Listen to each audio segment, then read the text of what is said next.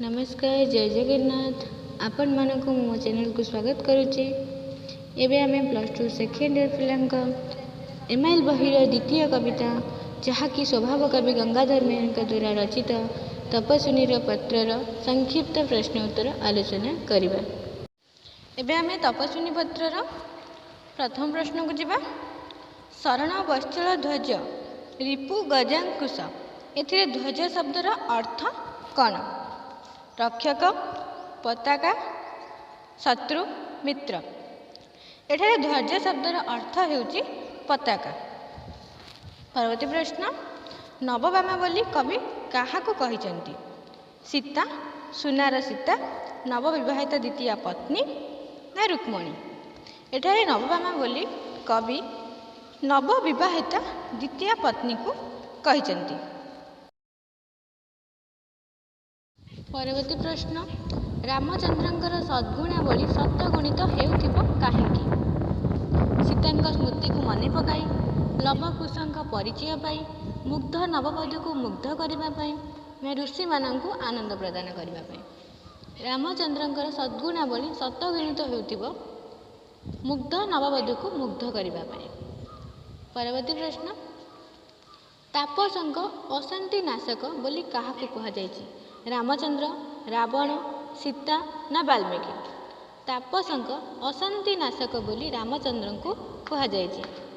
परवर्ती प्रश्न सीता रामचंद्रंकटू चिट्ठी लेखि कौन मागिथिले? पुओ दुहीं को राजभोग प्रदान करबा पाई, नव प्रणयिनी को बाहर करदेवा पाई, नव प्रणयिनी घोर तपस्या करी केउ मंत्र जप करी रामचंद्र को बर रूपे पाइले जणैबा पाई ना तांका दोष क्षमा करी देवा पाई? सीता रामचंद्र को चिट्ठी लेखि मागिथिले कि नव प्रणयिनी केउ घोर तपस्या करी केउ मंत्र जप करी रामचंद्र को बर रूपे पाइले जणाइबा पाई? परवर्ती प्रश्न सीतांक पुत्र द्वय किपरि जननी जीवन कंदाउथिले? परस्पर मध्य कलह करी बिना सहायक रामायण गान करी रामचंद्र कथा मन पकाई ना पितांक परिचय पचारि? एठारे सीतांक पुत्र द्वय जननी बा तांको मातांकु बिना सहायक रामायण गान करी कंदाई दउथिले। परवर्ती प्रश्न तरुलतागण कौन शुणी अथय हुअंती? सीतांक क्रंदन, लवकुशंक रामायण गान, ऋषि मानकर ओंकार ध्वनि, ऋषि कुमार मानकर वेद ध्वनि। एठारे तरुलतागण लवकुशंकर रामायण गान शुणी अथय हुअंती। परवर्ती प्रश्न सीतांक शिशु द्वयंक मन कौन पाई सेमानंकु आकर्षित कर नउथिला? रामचंद्रंकर पद पंकज को दर्शन करिया पाई, राजा रामंक निकट में रामायण गान करिया पाई, मातांक प्रति होइथिबा अन्यायर प्रतिशोध नेबा पाई ना अयोध्या जाई निजर पितांको परिचय देबा पाई?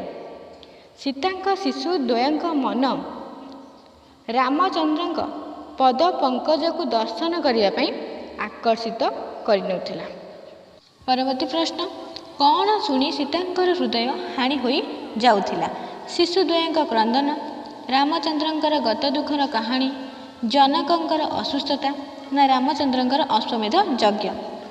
रामचंद्रंकर गत दुखर कहानी कथा शुणी सीतांकर हृदय हानि होई जाउथिला। परवर्ती प्रश्न रामचंद्र सीतांक प्रेम को काहेकि स्वप्न मन करिवे बोली सीता लिखिचंती? नव प्रणयिनी मुख दर्शन करी राज कार्य व्यस्त रही ना पुत्र द्वयंक परिचय पाई ना रामायण कथा श्रवण करी? रामचंद्र सीतांक प्रेम को नव प्रणयिनी मुख दर्शन करी स्वप्न मन करिवे बोली सीता लिखिचंती। परवर्ती प्रश्न सीता पत्र लिखुथिबा बेले किए हसी हसी पहुँची? वाल्मीकि, लवकुश, सखी ना रामंक दूत? सीता जेतेबेले पत्र लिखुथिले सेतेबेले लवकुश हसी हसी आसी पहुँची। परवर्ती प्रश्न को जिबा। तपस्विनी किए? रामचंद्रंक द्वारा निर्वासिता होई वाल्मीकि आश्रम रे सन्यासिनी भावरे रहिथिबा सीता हेउचंती तपस्विनी। परवर्ती प्रश्न तपस्विनीर पत्र काहा उद्देश्य रे लिखित?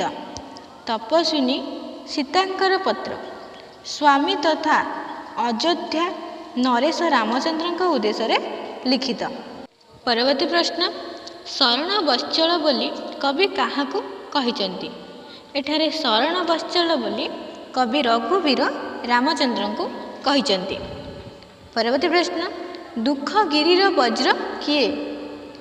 रामचंद्र प्रजांक दुख दूर करुथिबारु से होउचंती दुख रूपक गिरीर वज्र सदृश।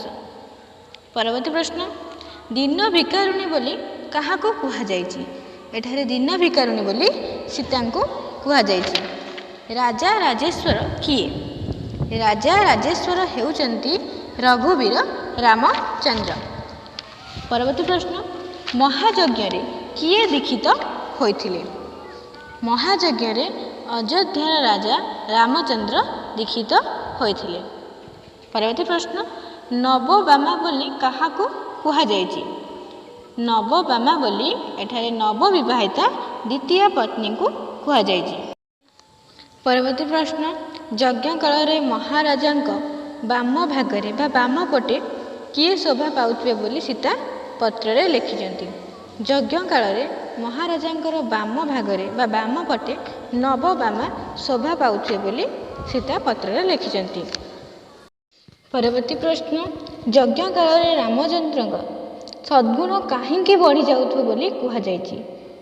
मुग्ध बधू मुग्ध हेब बोली यज्ञ काल रामचंद्रंकर सद्गुण बढ़ी जाउथो बोली कह जाइछि। परवर्ती प्रश्न किए मुग्ध हेब बोली सीता भाबिछंती। सीतांक परे रामचंद्र जो नुआ राजकन्या को विवाह करिछंती से मुग्ध हेब बोली सीता भाबिछंती।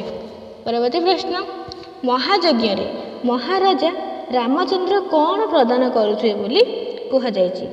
महायज्ञ रे महाराजा रामचंद्र अनेक धन रत्न और पाटवस्त्र प्रदान करुथिबे बोली कह जाइछि।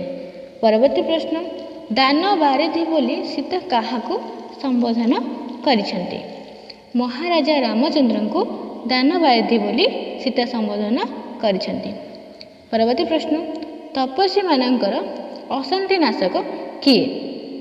तपस्वी मानकर अशांति नाशक हेउचंती रघुवीर रामचंद्र। परवर्ती प्रश्न केउ मानंकु राजा रामचंद्रंकर किछि अदेय नथिला।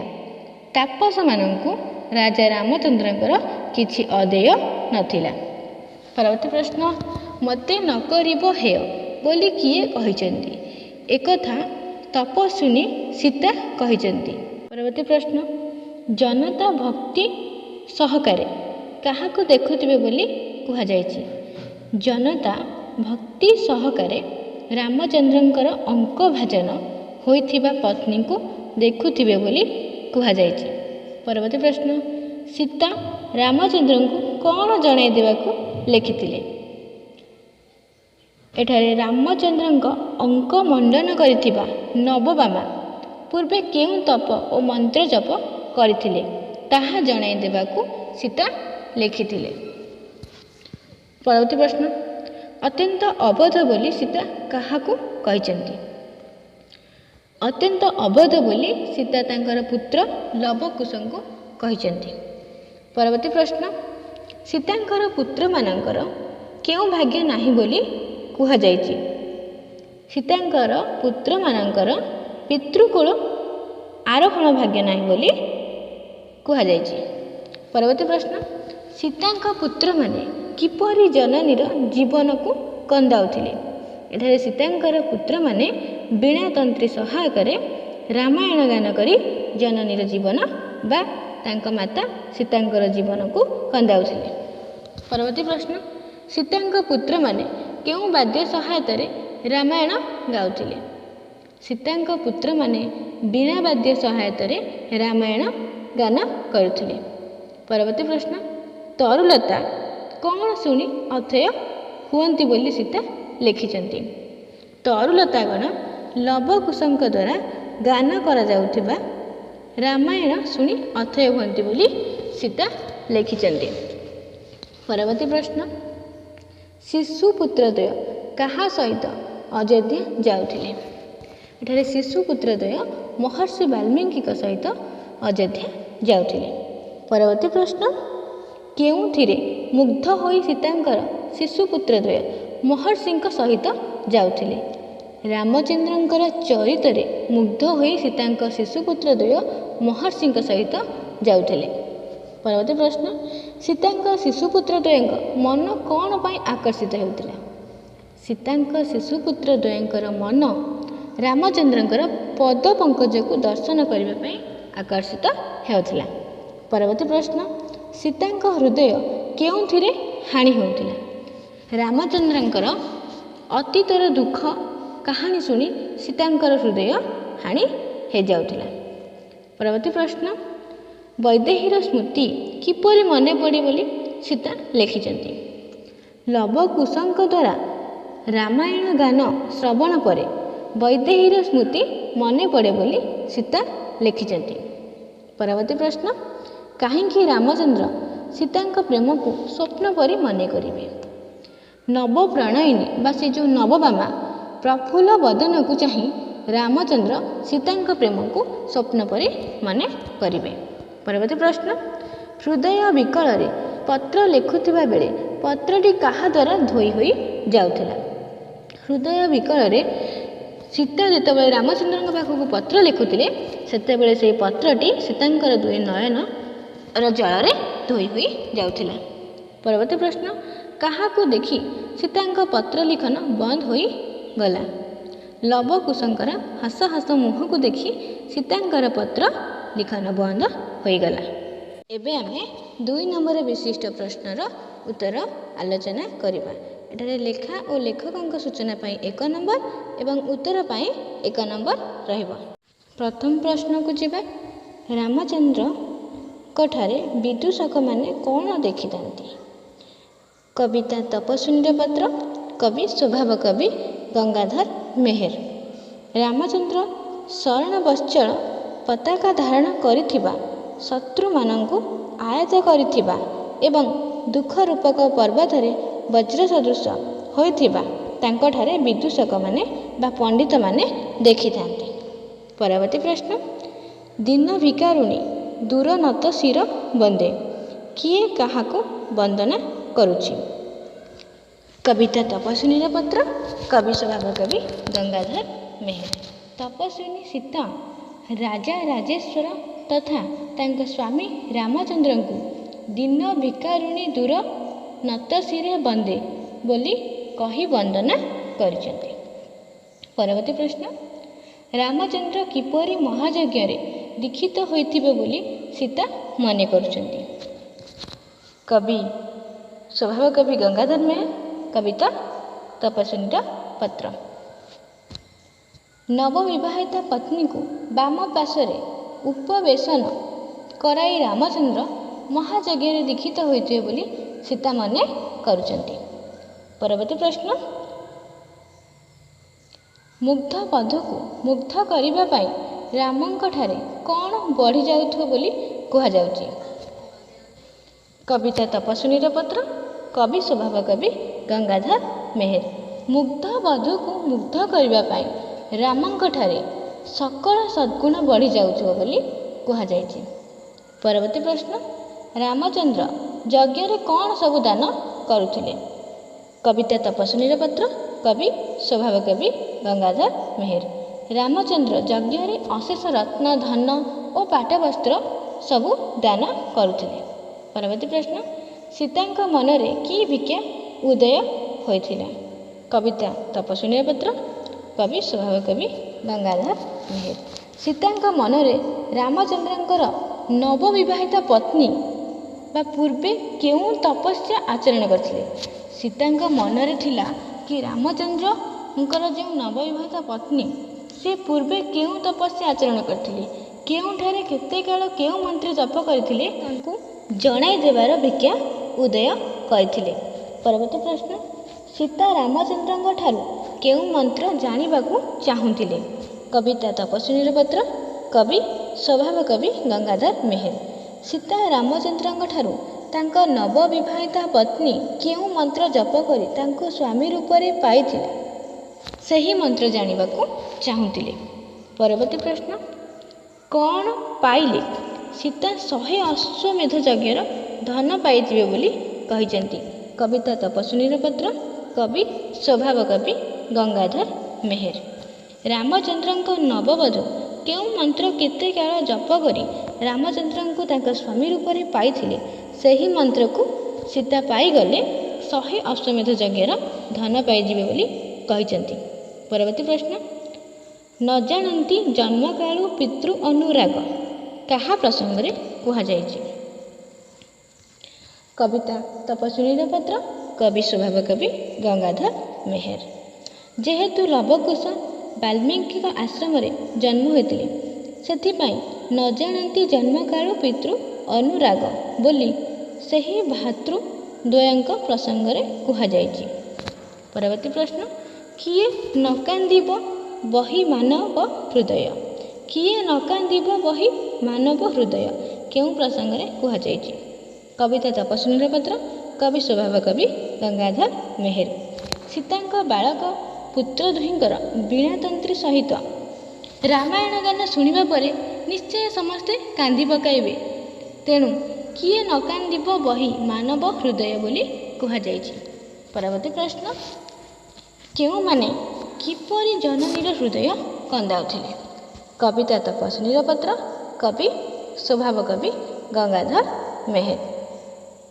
ଲବକୁଶ ବୀଣାତନ୍ତ୍ରୀ ସହାୟକରେ ରାମାୟଣ ଗାନ କରି ଜନନୀର ହୃଦୟ କନ୍ଦାଉଥିଲେ। ପରବର୍ତ୍ତୀ ପ୍ରଶ୍ନ, ସୀତାଙ୍କ ପୁତ୍ରମାନେ କିପରି ରାମାୟଣ ଗାନ କରୁଥିଲେ? କବିତା ତପସ୍ୱିନୀର ପତ୍ର, କବି ସ୍ୱଭାବ କବି ଗଙ୍ଗାଧର ମେହେର। ସୀତାଙ୍କ ପୁତ୍ରମାନେ ବୀଣାତନ୍ତ୍ରୀ ସହାୟକରେ ରାମାୟଣ ଗାନ କରୁଥିଲେ। ପରବର୍ତ୍ତୀ ପ୍ରଶ୍ନ, କେଉଁଥିରେ ବିମୋହିତ ହୋଇ ସୀତାଙ୍କ ପୁତ୍ରଦ୍ୱୟ ମହର୍ଷିଙ୍କ ସହିତ ଅଯୋଧ୍ୟା ଯାଉଥିଲେ?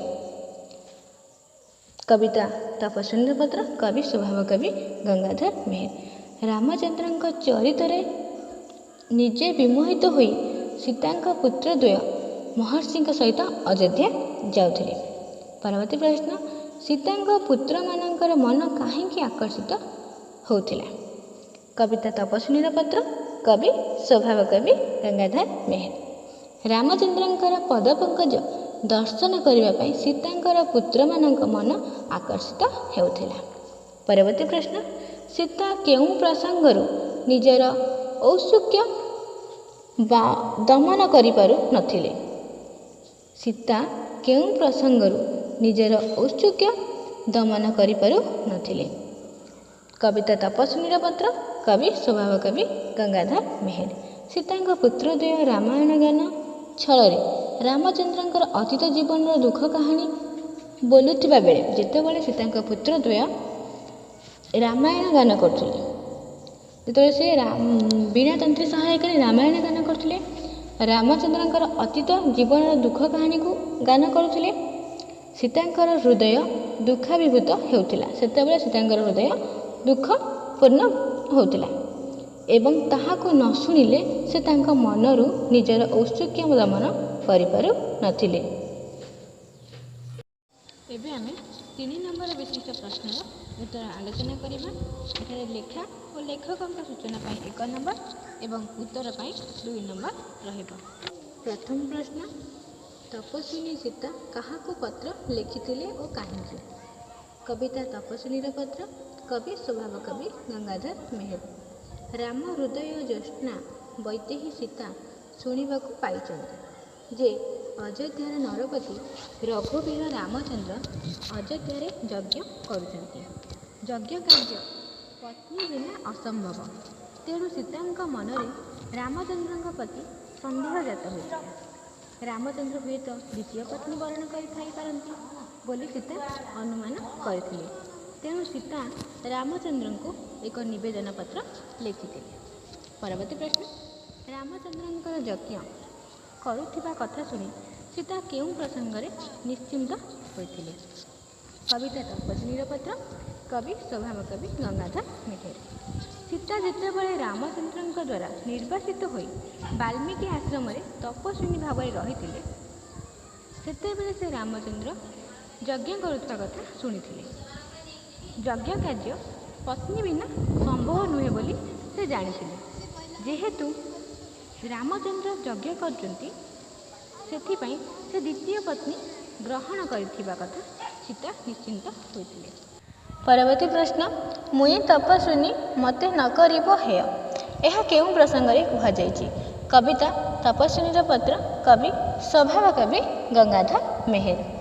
ରାମଚନ୍ଦ୍ର ଯଜ୍ଞ କାର୍ଯ୍ୟରେ ଆୟୋଜନ ନିମନ୍ତେ ନିଶ୍ଚୟ ଦ୍ୱିତୀୟ ପତ୍ନୀ ବରଣ କରିବା ଚିନ୍ତା କରି ସୀତା ତାଙ୍କୁ ପତ୍ର ଲେଖିଛନ୍ତି। ସେ ଲେଖିଛନ୍ତି ଯେ ସେ କିଏ ତାହା ଜାଣିବା ଅନାବଶ୍ୟକ, କାରଣ ରାମଚନ୍ଦ୍ର ତପସ୍ୱୀମାନଙ୍କ ଅଶାନ୍ତି ବିନାଶ କରିଥାନ୍ତି ଏବଂ ତପସ୍ୱୀମାନଙ୍କୁ ତାଙ୍କର ଅଦେୟ କିଛି ନଥାଏ। ତେଣୁ ସେ ଜଣେ ତପସ୍ୱିନୀ ହୋଇଥିବାରୁ ତାଙ୍କୁ ହେୟ ବିବେଚନା ନ କରିବାକୁ ସେ ରାମଚନ୍ଦ୍ରଙ୍କୁ ଅନୁରୋଧ କରିଛନ୍ତି। ପରବର୍ତ୍ତୀ ପ୍ରଶ୍ନ, ସୀତା ପତ୍ର ଲେଖି ରାମଚନ୍ଦ୍ରଙ୍କ ଠାରୁ କେଉଁ ତପସ୍ୟା ଓ ମନ୍ତ୍ର ବିଷୟରେ ଜାଣିବାକୁ ଚାହିଁଥିଲେ?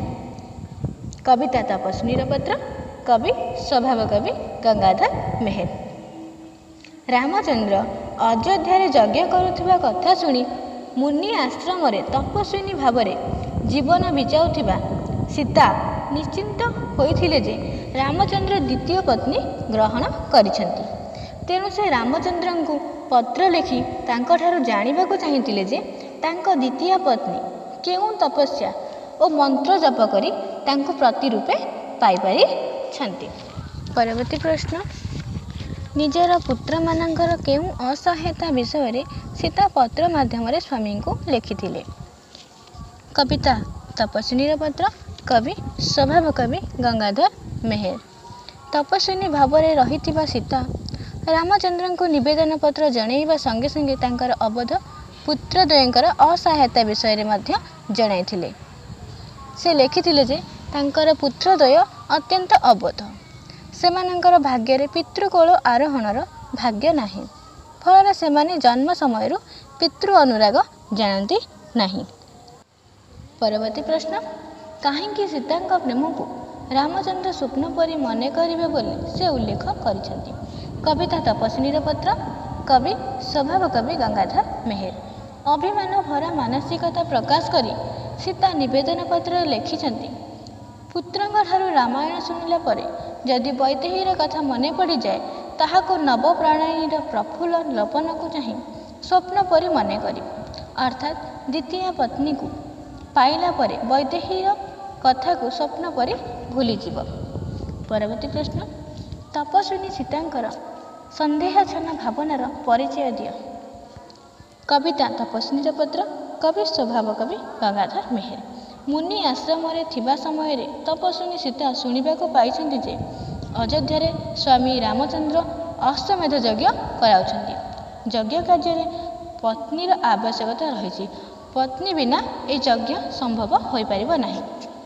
ଯେହେତୁ ତାଙ୍କ ନିକଟରେ ସେ ଉପସ୍ଥିତ ନାହାନ୍ତି, ତେଣୁ ସ୍ୱାମୀ ତାଙ୍କର ଦ୍ୱିତୀୟ ପତ୍ନୀ ଗ୍ରହଣ କରିଛନ୍ତି ବୋଲି ସେ ତାଙ୍କ ମନରେ ସନ୍ଦେହ ସୃଷ୍ଟି ହୋଇଛି। ଅଭିମାନ କରି ସେ ସ୍ୱାମୀଙ୍କୁ ପତ୍ରରେ ଲେଖି ତାଙ୍କ ପ୍ରେମକୁ ସ୍ୱପ୍ନ ପରି ମନେ କରି ଭୁଲିଯିବାକୁ ମଧ୍ୟ ନିବେଦନ କରିଛନ୍ତି। ଆଜି ଆମେ ତପସ୍ୱିନୀର ପତ୍ର ବିଷୟରେ ସଂକ୍ଷିପ୍ତ ପ୍ରଶ୍ନ ଉତ୍ତର ଆଲୋଚନା କଲେ। ପରବର୍ତ୍ତୀ ଭିଡ଼ିଓରେ ବନ୍ଦୀର ବିରହ ବ୍ୟଥା କବିତା ବିଷୟରେ ଆଲୋଚନା କରିବା।